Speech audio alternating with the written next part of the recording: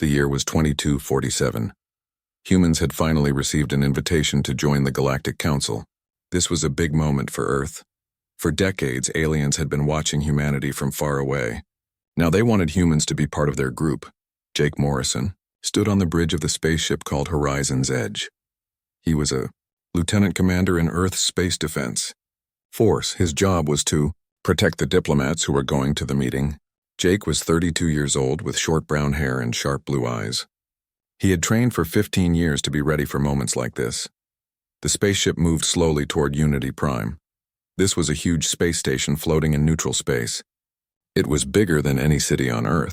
The station had representatives from 47 different alien species. Some of these aliens looked like giant lizards. Others looked like floating lights. Some were so strange that humans needed special glasses just to see them properly. Ambassador Helen Price stood next to Jake. She was 55 years old and had spent her entire life studying alien cultures. Helen had gray hair tied back in a neat style. She wore a formal blue suit with Earth symbol on it. Her hands were shaking a little bit, but her face showed no fear. "This is it," Helen said quietly. "Everything we have worked for." Jake nodded. "Yes, ma'am. My team is ready for anything." The spaceship docked with Unity Prime. The doors opened with a soft sound. Cool air rushed into the ship. It smelled different from Earth air. It had a clean, metallic smell mixed with something sweet. The human group walked out of the ship. There were 12 humans in total. Jake and his security team of 4 people, Ambassador Helen Price and 3 other diplomats, Dr. Greg Foster, a scientist who studied aliens, and 2 technicians who handled communication equipment. Waiting for them was the Zorathian Greeting Committee. The Zorathians were tall aliens who looked like reptiles walking on 2 legs. They had dark green scales and yellow eyes. Their leader was Commander Vexthor. He was almost 8 feet tall and wore silver armor with red markings.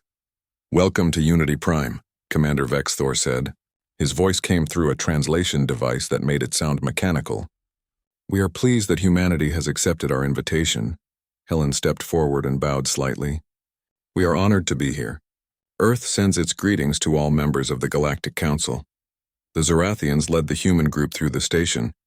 The corridors were wide and tall. The walls glowed with soft blue light. They passed many different aliens. Some stopped to stare at the humans. Others barely noticed them. Lisa Campbell walked beside Jake. She was a sergeant in his security team. Lisa was 28 years old with red hair and green eyes. She had a soldier's way of walking, always alert and ready. "These aliens are really something," Lisa whispered to Jake. "Did you see that one with 6 arms?" Jake smiled a little. "Stay focused, Lisa. Remember the training." They reached the Great Hall. This was where the ceremony would happen. The hall was massive. The ceiling was so high that Jake could barely see it.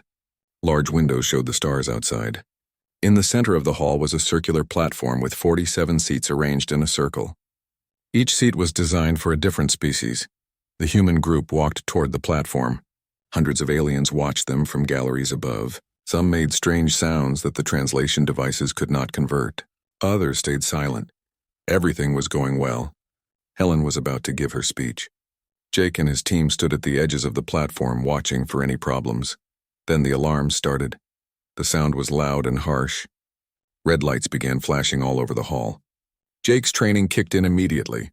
He moved closer to Helen, his hand reaching for his weapon. "What is happening?" Helen asked, her voice steady despite the chaos. Before anyone could answer, heavy metal barriers slammed down from the ceiling. They fell fast, blocking all the exits. The barriers were thick and strong. Jake knew they could not break through them. The aliens in the hall started panicking. Some ran toward the barriers and tried to open them.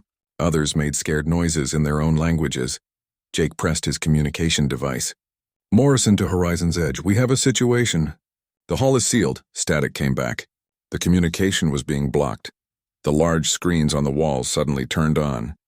They all showed the same image. It was an alien that Jake had never seen before. This alien looked like a giant insect. It had a hard shell covering its body, 4 arms, each ending in sharp claws. Its head had 2 large eyes and mandibles that clicked when it moved. "Greetings," the insect alien said. Its voice was cold and full of hate. "I am Thexkarn, warrior of the Krill people. You are now my prisoners." The hall fell silent. Even the panicking aliens stopped moving. Thexkarn continued talking. The Krill were defeated by the Galactic Council 3 years ago. Our worlds were taken. Our people were scattered. But we did not forget. Today we take our revenge. Jake looked around quickly. He counted his team members. All 4 were ready. Lisa had moved to protect the other diplomats. The other guards were scanning for threats. Your council thought you were safe here, Thexkarn said. They thought Unity Prime could not be attacked. They were wrong. We have been planning this for years. We have people inside this station, and now we have you. The insect alien's mandibles clicked in what might have been a laugh. But we will not simply kill you. That would be too easy. No, we want you to suffer first. We want you to feel true terror. On the screens, Thexkarn reached out with one of his clawed hands. He pressed something that could not be seen on camera. I have just released fear gas into your chamber, he announced. This is the Krill's greatest weapon. It has broken armies. It has destroyed the will of entire species. The gas will make you experience your worst fears. You will beg for death before the end. Jake saw it then. Small vents in the walls began releasing a yellow-green gas. It spread quickly through the hall. Within seconds, it reached the platform where the humans stood. The gas had an immediate effect on the other aliens. The Zorathian guards dropped to their knees. Their scales turned from dark green to pale white. They were shaking and making sounds of terror. The Velen scientists were beings made of energy living inside crystal suits. The gas affected them too. Their lights began flashing wildly. One of them fell over, their crystal suit cracking on the floor. Even the confident Ambassador Helen Price felt the gas working. Her heart started beating faster. Her hands began to sweat. Fear crept into her mind like cold water. But Jake Morrison did something unexpected, something that would change everything. He smiled. It was not a fake smile or a nervous reaction. It was a real smile, the kind someone makes when they see something funny. Is that all you've got? Jake said quietly, rolling his shoulders like he was getting ready for exercise.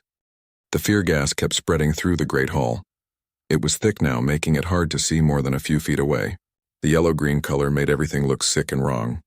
Jake watched as more aliens collapsed around them. A group of Malarian merchants fell to the ground, their 3 eyes wide with terror. They were seeing things that were not there, fighting invisible enemies. The Krill weapon was powerful. It did not just make people scared. It reached into their minds and pulled out their deepest fears. Every species had different fears, but the gas found them all. For the Zorathian guards, it showed them their families being hurt. For the Velen scientists, it showed them their energy forms fading into nothing. For the Malarian merchants, it showed them losing everything they owned. But something strange was happening with the humans. Lisa Campbell started laughing. It was not a crazy laugh. It was the kind of laugh someone makes when they remember something funny. Man, she said, wiping her eyes. This feels like boot camp. Remember those stress tests they put us through, Jake? Jake nodded. He could feel the gas working on him. His heart was beating faster. His muscles were tight. His mind was trying to show him bad things, but it felt familiar. He had felt this way many times before. Yeah, Jake replied. Week 7. They put us in that chamber with the strobing lights and the loud noises. Made us solve problems while our bodies thought we were dying. Dr. Greg Foster pulled out his scanning device. He was the scientist in their group. Greg was 40 years old, thin with messy black hair and thick glasses. He loved learning new things more than anything else. Fascinating, Greg said, looking at his scanner. The screen showed the chemical structure of the gas. The composition is similar to Earth's old riot control agents. Tear gas, pepper spray, that kind of thing. But this has a neural component. It connects directly to the brain's fear center. He adjusted his glasses and kept scanning. Very clever design. It bypasses normal sensory processing and triggers the amygdala directly. No wonder it works on so many species. In the Krill control room, Thexkarn and his warriors watched their screens in confusion. They could see the humans through the security cameras. The gas should have dropped them by now. Every species they had ever used this weapon against had been on the ground within 2 minutes, crying and screaming. But the humans were talking, moving around. One of them was actually using a scanner to study the gas. This made no sense. Increase the concentration, Thexkarn ordered one of his warriors. Double it. More gas poured into the hall. The yellow-green fog became so thick that the humans could barely see each other. Thexkarn's voice came through the speakers again. He sounded angry now, but also uncertain. You should be paralyzed with terror. Your mind should be drowning in your worst nightmares. What are you? Jake stepped forward. He looked directly at the nearest camera. His smile was gone now. His face showed determination and something else. Something that made Thexkarn feel uncomfortable for the first time in years. You want to know what we are? Jake asked. His voice was calm and clear. We are the species that crawled out of caves while saber-toothed tigers hunted us. We are the ones who looked at the ocean and said, let's see what is on the other side, even though we could not swim that far. He paused, making sure Thexkarn was listening. We are the species that strapped ourselves to bombs and rode them into space just to see what was up there. We walked on our moon before we had computers that could fit in our pockets. Jake's smile came back, but it was different now. It was the smile of a predator, not prey. Fear? We live with fear every single day. We were born in it, raised by it. And you know what we learned to do with it? The other humans were gathering around Jake now. Even Ambassador Helen Price, who was fighting hard against the gas effects, stood straighter. We learned to use it, Jake continued. We learned to harness it, to make it our strength instead of our weakness. When humans get scared, we do not shut down. We become more alert, faster, stronger, more dangerous. Lisa moved to stand beside Jake. Her hand was on her weapon. Earth is a death world, she added. Our planet has tried to kill us in every way possible. Diseases, animals, weather, other humans. We survived it all. You think your little gas is worse than that? Ambassador Helen spoke next. Her voice was shaking, but her words were strong. The gas affects us, yes. Our hearts are racing. Our adrenaline is pumping. But evolution did not make humans the top species on Earth by making us freeze when we are afraid. It made us fight harder, think faster, push through the fear. Dr. Greg Foster looked up from his scanner. The interesting thing is, he said in his teacher voice, this gas actually makes humans more effective in some ways. Our stress response increases blood flow to muscles, sharpens our senses, releases hormones that reduce pain and increase strength. You have basically given us a performance enhancement drug. In the control room, the Krill warriors looked at each other. This was not supposed to happen. The fear gas was their ultimate weapon. It had won them battles against species that were stronger and smarter than them. It had never failed before.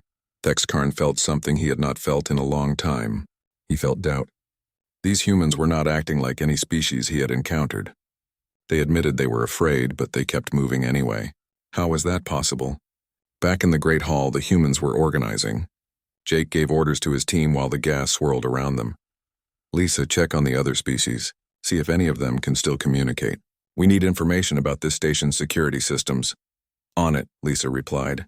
She moved carefully through the gas toward the Zorathian guards. Greg, keep analyzing that gas. There might be a way to neutralize it or turn it against them. Already working on it, Greg said, his eyes fixed on his scanner. Jake turned to Helen. Ambassador, I need you to stay calm and stay safe. The Council needs to see that humans can handle this. Helen nodded. What are you going to do? I'm going to find us a way out of here, Jake replied. He started moving toward the sealed blast doors. The fear gas was still affecting him. Jake could feel it trying to make him imagine terrible things. His mind kept showing him images of the mission failing, of everyone dying, of Earth being rejected by the Galactic Council because of this disaster. But Jake had trained for this. On Earth, soldiers learned to act despite fear, not without it. Fear was information. It told you that something was dangerous, but it did not have to control you. Jake reached the blast door. It was made of thick metal, sealed tight by the station's emergency protocols. He examined the control panel next to it. The screen showed a red lock symbol, but Jake noticed something. There was a small icon in the corner of the screen. A maintenance bypass option. It was designed for engineers to use when the main systems failed. Greg, Jake called out, can your scanner connect to this control panel? The scientist hurried over. His hands were shaking slightly from the adrenaline, but his mind was focused. Let me see. Yes, I think so. The interface uses a standard galactic protocol. Give me a minute to establish a connection. Lisa found one of the Zorathian guards who was still conscious. The alien was on his knees, shaking badly. His scales had turned almost white with fear, but he was trying to speak. His translation device was still working. Lisa knelt down beside him carefully. Can you hear me? She asked gently. The Zorathian guard looked at her with his yellow eyes. They were filled with terror, but also with something else. Respect, maybe. Or surprise, how are you standing? The guard asked. His voice was weak and full of pain. The fear gas should have broken you by now. Lisa gave him a small smile. Humans are tough. We have had a lot of practice being scared. Can you help us? We need to get out of here. The guard tried to focus. His training was fighting against the fear that filled his mind. The armory, he managed to say. Section 7B. You will find weapons there. Override code is Alpha Zeta 93. Why are you helping us? Lisa asked. The Zarathian guard's eyes met hers. Because when humans first met our people 5 years ago, you showed honor. You could have attacked us. Your weapons were ready. But you chose peace first. You earned your place here. We will not let terrorists destroy that. Lisa squeezed his shoulder carefully. Zarathians had hard scales, but she wanted to show kindness. Thank you. We will stop them. I promise. She stood up and ran back to Jake, giving him the information through the thick yellow-green fog. Meanwhile, Dr. Greg Foster was working on the control panel. His scanner had connected to the station's computer system. Lines of alien code scrolled across his screen. This is interesting, Greg said, mostly to himself. The lockdown was triggered by a false emergency signal. The Krill must have hacked into the station's systems weeks ago. They have been planning this for a long time. Can you open it? Jake asked. Working on it. The security is tough. But whoever designed this system did not expect someone to try a bypass during an actual emergency. There is a maintenance override that... Ah, there we go. The blast door made a loud grinding sound. Slowly it began to rise. Cool air from the corridor beyond mixed with the fear gas. Jake could see the hallway outside. It was empty for now, but that would not last long. Good work, Greg, Jake said. He turned to address the group. Ambassador, you should stay here with the other species. My team will scout ahead. Helen Price straightened her jacket. Her hands were still shaking from the gas effects, but her face showed determination. Absolutely not. I did not come here to hide while others fight. Besides, you need someone who knows station protocols, and I can negotiate if we encounter neutral parties. Jake looked at her for a moment. He saw the same stubborn courage that he had seen in countless humans facing danger. That refusal to give up that defined their species. He nodded. All right, but stay behind us and do exactly what we say. Agreed, Helen replied. Jake, Lisa, and Helen moved into the corridor. Dr. Greg Foster stayed behind with the other security team members to watch over the incapacitated aliens and continue analyzing the fear gas. The corridor was quiet. The walls glowed with the same soft blue light they had seen earlier, but now the light seemed wrong somehow, threatening instead of welcoming. They could hear sounds from other parts of the station. Alarms were going off. There were crashes and what might have been screams in the distance. The Krill were attacking other areas of Unity Prime. Jake moved carefully, checking corners and doorways. His training made him move silently despite his size. Lisa covered their rear, her weapon ready. Helen stayed between them, her eyes scanning for any helpful information. They passed windows that looked out into space. The stars were beautiful, cold and distant. Jake wondered if Earth could see them from here. Probably not. They were too far away. The group reached Section 7B without encountering any Krill. Jake entered the override code that the Zarathian guard had given them. The armory door opened with a soft sound. Inside were weapons designed for many different species. Plasma rifles for species with forearms, energy blades for the Velans, shock weapons for the Zarathians, and some things that Jake could not even identify. But Jake was not looking for weapons. Not yet. He grabbed 3 emergency breather masks from a storage unit. He handed one to Lisa and one to Helen. Put these on, he ordered. The gas is affecting us even if we can push through it. Let's remove that advantage from them. They secured the masks. Immediately, Jake felt the difference. His heart rate started to slow down. The fear images in his mind began to fade. He could think more clearly now. Much better, Lisa said through her mask. Her voice was muffled but clear. Helen took a deep breath of clean air. I did not realize how much it was affecting me until now. Now Jake picked up weapons. He took a Zarathian shock rifle for himself. It was designed for hands larger than his, but he could manage. Lisa grabbed a similar weapon. Helen took a smaller energy pistol and a concussion grenade, even though she had never used such things before. The station's intercom crackled to life. Dexkarn's voice filled the armory. This time he sounded both angry and grudgingly impressed. Humans, you are proving more resilient than expected, but resilience alone cannot save you.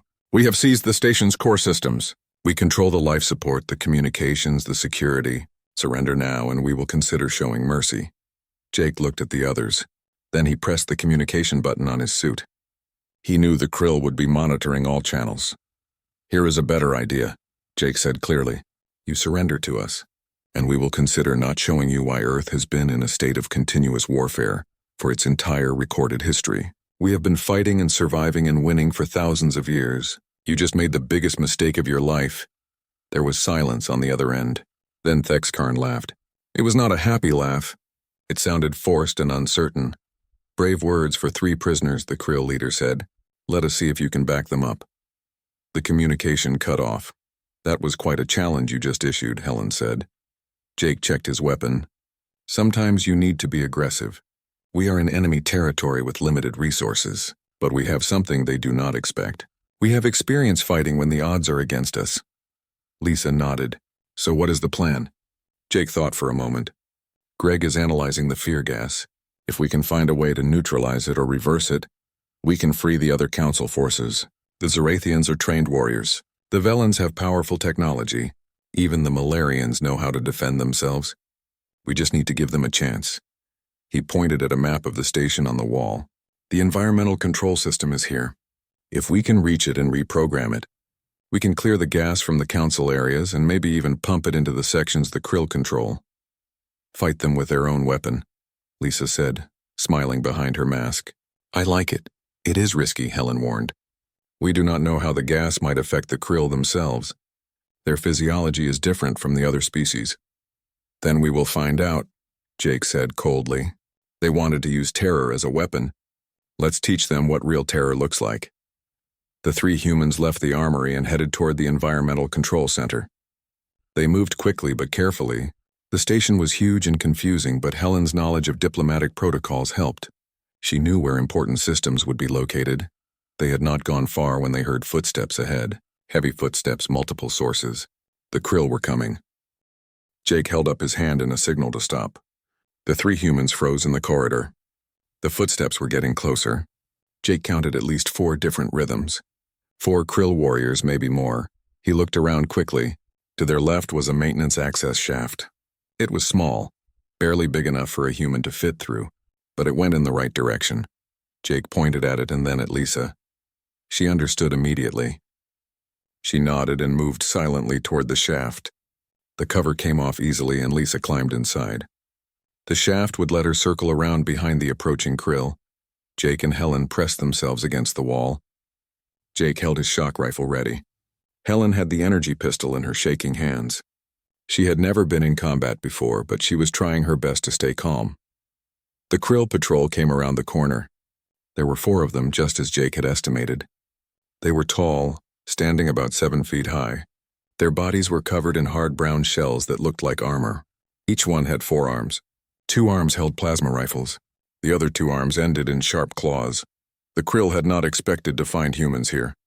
They stopped surprised. That moment of hesitation was all Jake needed. He charged directly at them. The Krill warriors were confused by this tactic. In their experience, prey ran away. Prey did not run toward danger. They froze for half a second, trying to understand what was happening. That half second was enough. Lisa emerged from the maintenance shaft behind the Krill patrol. She fired her shock weapon. The electrical discharge hit the first Krill warrior in the back. The alien's nervous system overloaded. It fell to the ground, twitching and unconscious. The other 3 Krill turned to face this new threat. They were trained warriors, but they had divided their attention. That was their mistake. Jake was already moving. He slid on the smooth floor, passing under the wild plasma fire from one of the Krill. The shots burned the air above him, but missed. He came up fast and drove a Velan force blade into the second Krill's leg joint. The blade cut through the softer tissue between the armor plates. The Krill howled in pain and dropped its weapon. It fell to one knee. Helen did something that surprised everyone, including herself. She threw the concussion grenade she had been holding. It landed right in the middle of the remaining 2 Krill warriors. The explosion was not huge, but in the confined corridor, it was devastating. The sound wave hit the Krill's sensitive hearing organs. They dropped their weapons and clutched at their heads, making high-pitched clicking sounds of pain. Jake and Lisa moved fast. Within seconds, all 4 krill were down. None of them were dead, but they would not be getting up soon. The 3 humans stood among the fallen aliens. They were breathing hard. Helen's hands were still shaking, but now from adrenaline as much as fear. That was terrifying, Helen said. And also kind of exciting, Lisa laughed. Welcome to combat, Ambassador.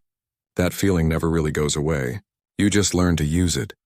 Jake was already checking the krill for useful equipment. He found communication devices and some kind of access cards. Good work, both of you. But we need to move. More will come when these 4 do not report in. They continued toward the Environmental Control Center. They moved faster now, knowing that time was running out. As they traveled, they began to see signs that the station was fighting back. Some of the Velen engineers had recovered enough to restore power to their section. Emergency lighting turned on in several corridors. The station's defensive systems were coming back online. They also heard fighting in the distance. A group of Zorathian guards had recovered from the fear gas. They were launching a counterattack against the krill forces. The sound of plasma fire echoed through the station. Even the peaceful Malarian merchants were fighting back. Jake's team passed a section where 3 Malarians had barricaded themselves and were using mining tools as weapons against krill attackers. The word was spreading through both sides. The humans were resisting. The newest species, the ones that everyone thought would be the weakest, were fighting back against the krill terror weapon. If they could do it, then others could too. Jake's communication device crackled. It was Dr. Greg Foster. Jake, I have finished analyzing the fear gas, Greg said. His voice was excited in the way only a scientist could be when making a discovery. I think I have found a way to neutralize it. That is great news, Greg. What do you need? Access to the environmental control system. I can create a chemical compound that will break down the fear gas. It will take about 10 minutes to synthesize once I have access to the station's chemical processors. We are almost there, Jake replied. Stand by. They reached the environmental control center. The door was locked, but Jake used one of the access cards he had taken from the krill. It worked. The door slid open. Inside was a large room filled with computer screens and control panels. This was where the station's air, temperature, and pressure were managed. It was a critical system for a space station, and now it was in human hands. Lisa immediately moved to secure the entrance. She set up a defensive position where she could watch the corridor outside. Jake and Helen went to the main control console. The interface was in Galactic Standard, which Helen could read fluently. Greg, we are in, Jake said into his communicator. What do we do? Greg walked them through the process. Helen's fingers moved across the alien interface, following Greg's instructions. She accessed the chemical processing systems. She programmed them to create the neutralizing agent that Greg had designed. This is fascinating technology, Helen said as she worked. They can synthesize almost any chemical compound from basic elements.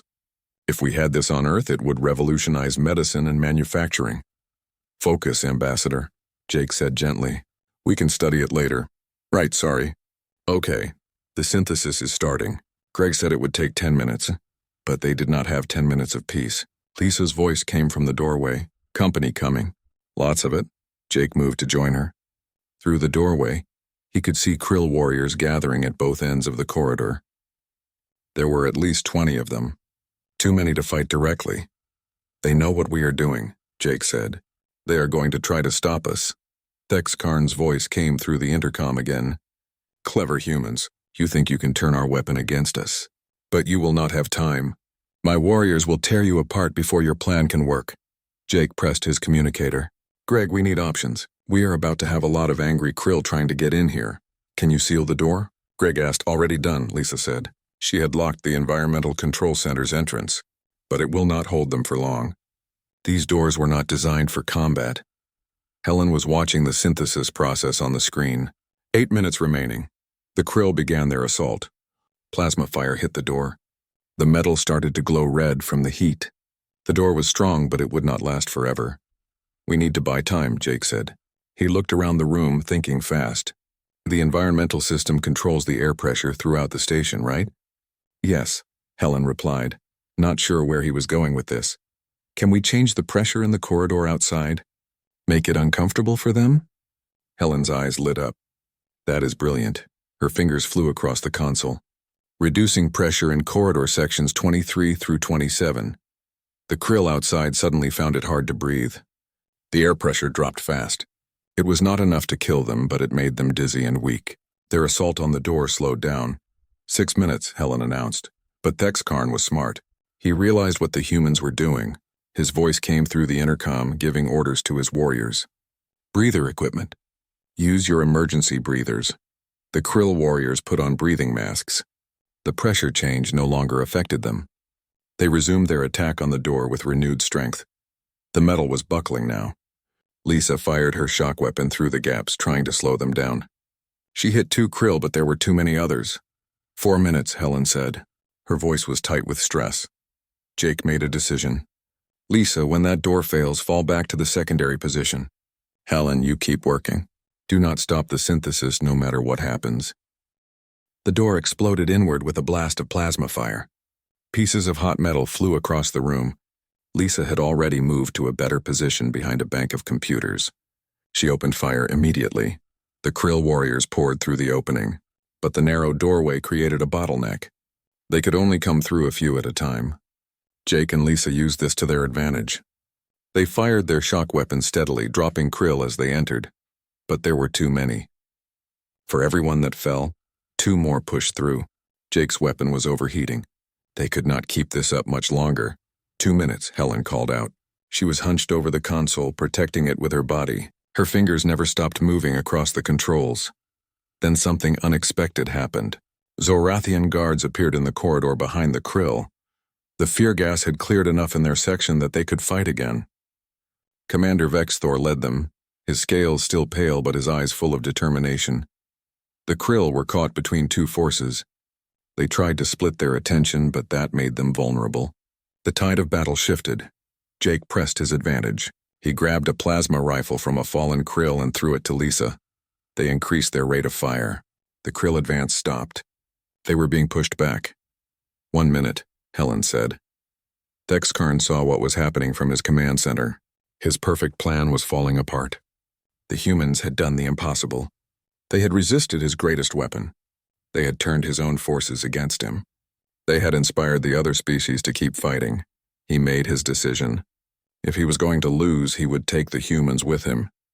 He grabbed his personal weapons and headed for the Environmental Control Center with his elite guard.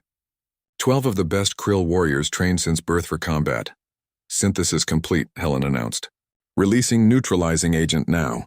She pressed the final command. Throughout Unity Prime, the air circulation systems began pumping out the compound that Greg had designed. Wherever it touched the yellow-green fear gas, the gas broke down into harmless components. In the Great Hall, the remaining aliens began to recover. The Velen's lights stabilized. The Malarians stopped shaking.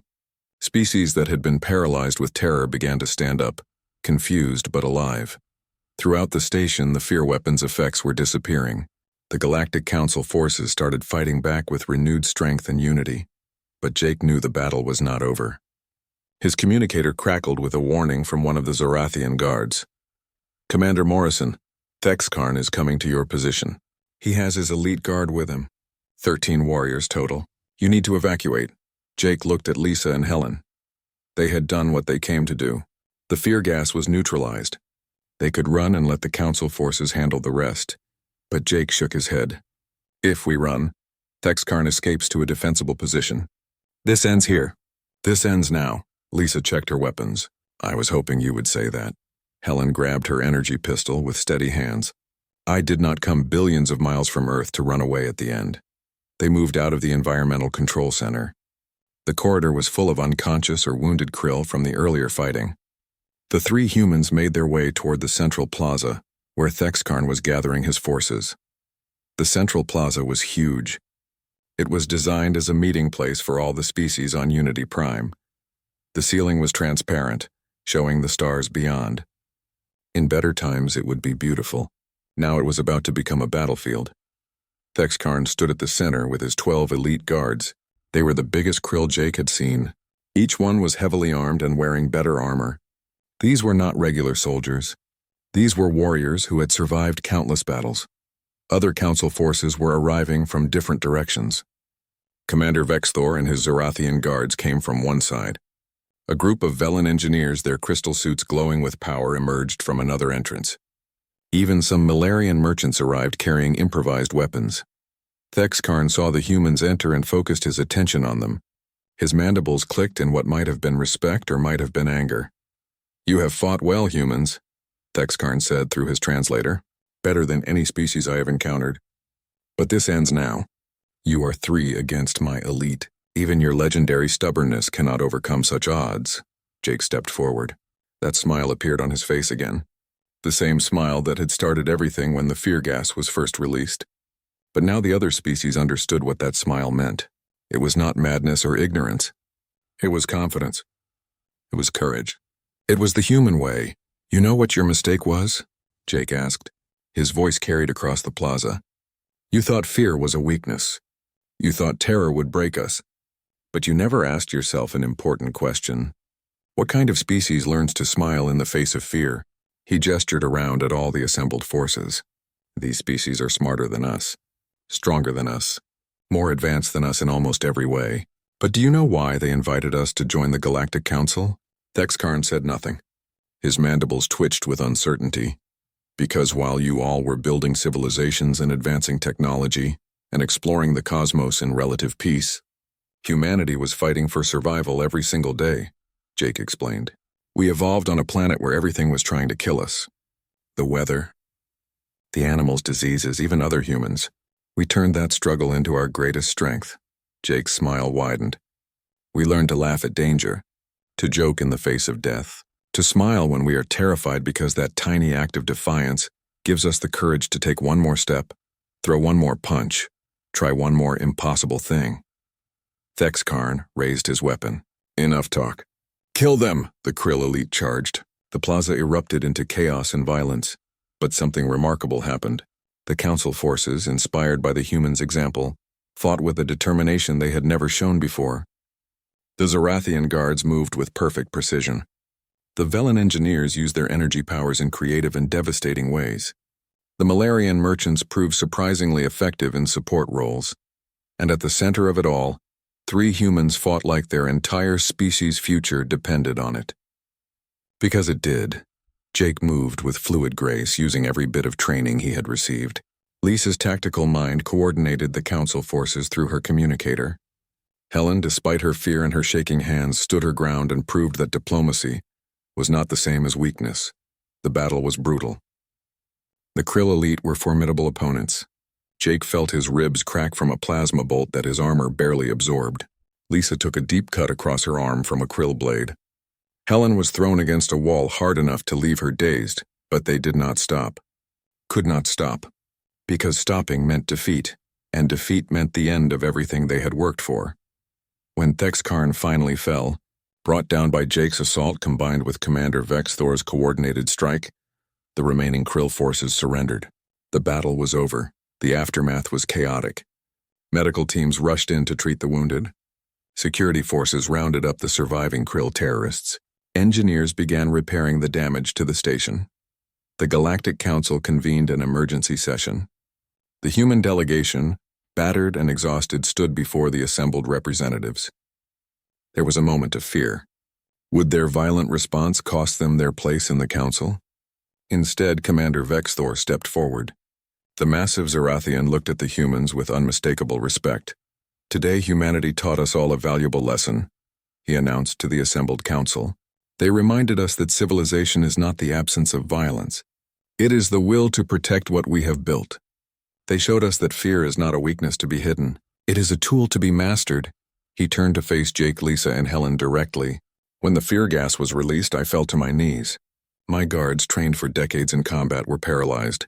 But the humans, facing a weapon designed to break any sentient mind, smiled. They smiled and they fought and they saved not just themselves but all of us." The council chamber filled with sounds of approval in 47 different languages. Humanity's place among the stars was not just secured. It was celebrated. Later, Jake stood at an observation window looking at the stars. Lisa joined him, her arm bandaged but healing. "Why do you think it affected us so differently?" Lisa asked. "The fear gas, I mean." Jake thought about the question. I think fear has always been part of the human condition. We evolved alongside it. We adapted to it. Other species might have had easier evolutionary paths, but we had to learn to function with fear constantly whispering in our ears. He smiled that same smile that had started everything. We turned our greatest weakness into our greatest strength. That is the human way. Ambassador Helen approached them, walking with only a slight limp. The council wants us to help train their forces. Apparently our stress techniques are of great interest. You mean they want to learn how to be scared and still keep fighting? Lisa asked with a grin. Something like that, Helen confirmed. I think we just introduced the galaxy to a very human concept. Courage is not the absence of fear. It is the determination to act despite it. The three of them stood there looking at the vast expanse of space that was now truly open to humanity. The Krill had tried to use fear as a weapon. Instead, they had given